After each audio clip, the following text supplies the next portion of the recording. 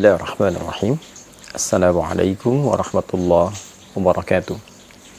Alhamdulillahirabbil alamin. Wassalatu wassalamu ala Rasulillahil karim wa ala alihi wa sahbihi ajma'in. Wa ba'd. Saudara-saudariku, kita sangat bersyukur pada Allah Subhanahu wa taala diberikan kesempatan untuk mengoptimalkan ibadah di bulan Ramadan. Khususnya di tahun ini, tentu kita berharap seluruh rangkaian ibadah yang telah ditunaikan berkenan diterima oleh Allah Subhanahu wa taala dengan penerimaan terbaik insyaallah.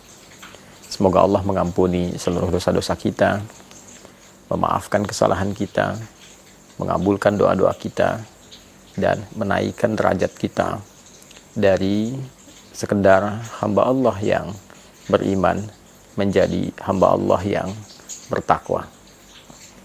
Saudara-saudariku, alhamdulillah setelah kita menuntaskan siam Ramadan, kita memasuki bulan baru di tanggal yang baru, dan tentunya dengan rangkaian-rangkaian ibadah sunnah khususnya yang menyertai dan tidak ditemukan di waktu-waktu yang lain. Syawal adalah bulan spesial. Saat hari pertamanya, selain melepaskan kita dengan rangkaian ibadah Ramadan, juga menghadirkan rangkaian ibadah sunnah-sunnah yang hanya ditunaikan di waktu itu saja. Mulai dari sholat Idul Fitri di hari yang pertama, memperbanyak takbir, membangun dan mengeratkan silaturahim, dan disusul pada hari-hari berikutnya dengan menu-menu sunnah yang tentu melahirkan keistimewaan yang tidak sama dengan waktu-waktu lainnya.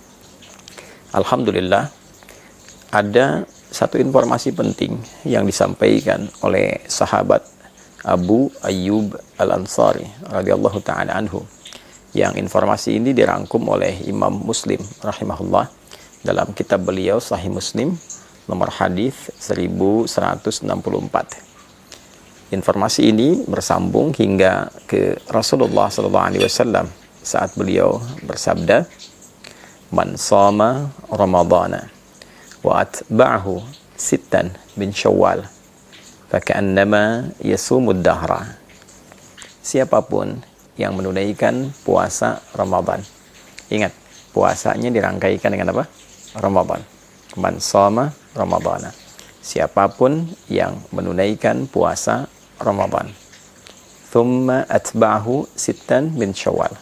Lalu diikuti dengan menunaikan puasa sunnah di bulan Syawal sebanyak 6 hari. Nah, 6 hari ini bisa dilakukan berturut-turut. Misal, Anda memulai, misalnya ada yang bahkan sudah di hari ini, di hari Senin, ada yang memulai di hari Selasa atau Rabu misalnya, silahkan. Bisa dilakukan berturut-turut. Kalau Anda mulai di hari Senin, saat ini sudah dilakukan misalnya, alhamdulillah, maka Senin, Selasa, Rabu, Kamis, Jumat, Sabtu.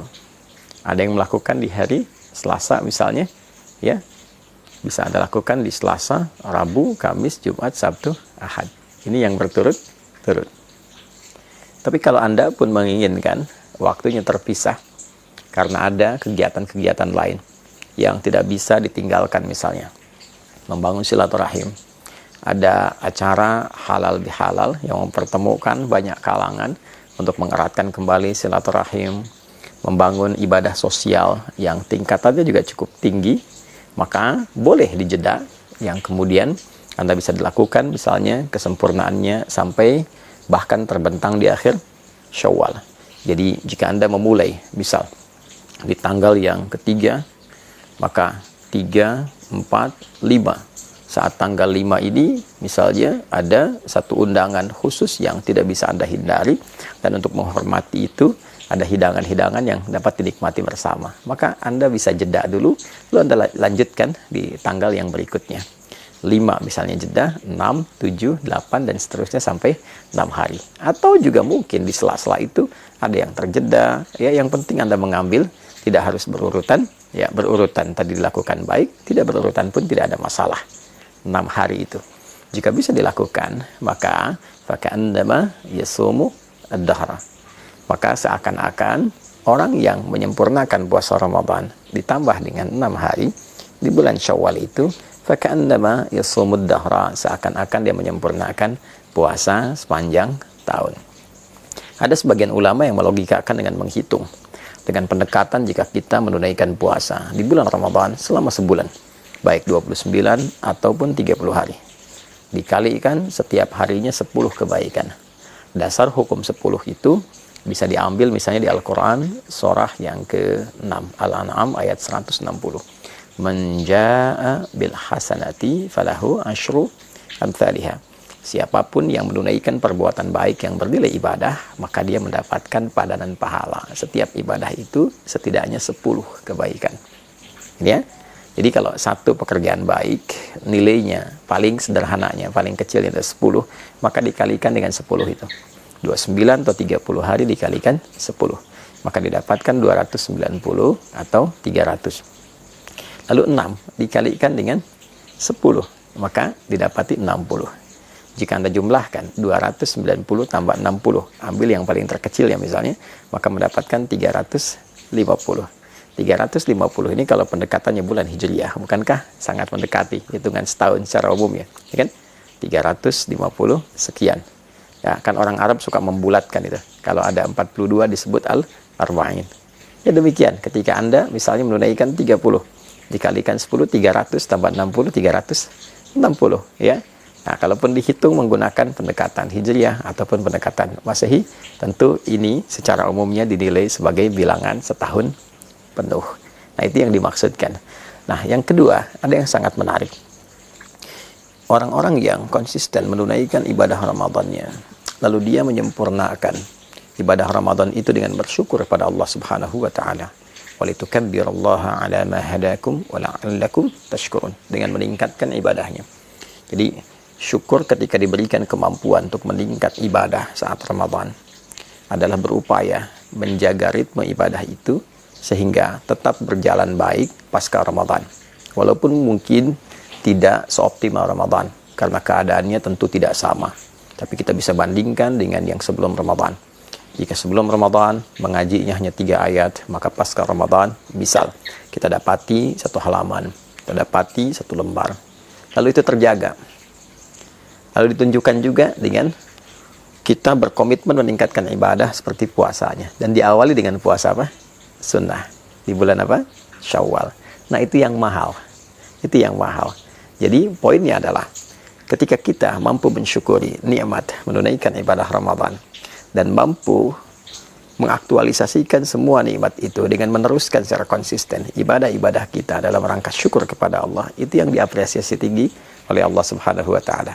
Sehingga nilai puasa kita bukan terbatas di Ramadan, tapi seakan-akan setiap waktu terjaga sampai ketemu Ramadan kembali. Itu esensinya. Jadi bukan sekedar tambah 6 dihitung, apalagi kalau menggunakan satu pendekatan yang tidak keren. Karena ada perbedaan 29-30, maka saling memperbincangkan ini yang sempurna, ini yang setahun, yang tidak. Bukan. Esensinya bukan itu. Esensinya bagaimana kita bisa menjaga spirit Ramadan kita sehingga berlangsung secara kontinu sampai dengan akhir di bulan Ramadan itu, terus berlanjut 11 bulan berikutnya sehingga terjaga kondisi spiritualitas kita seakan-akan kita dalam kondisi puasa selama setahun.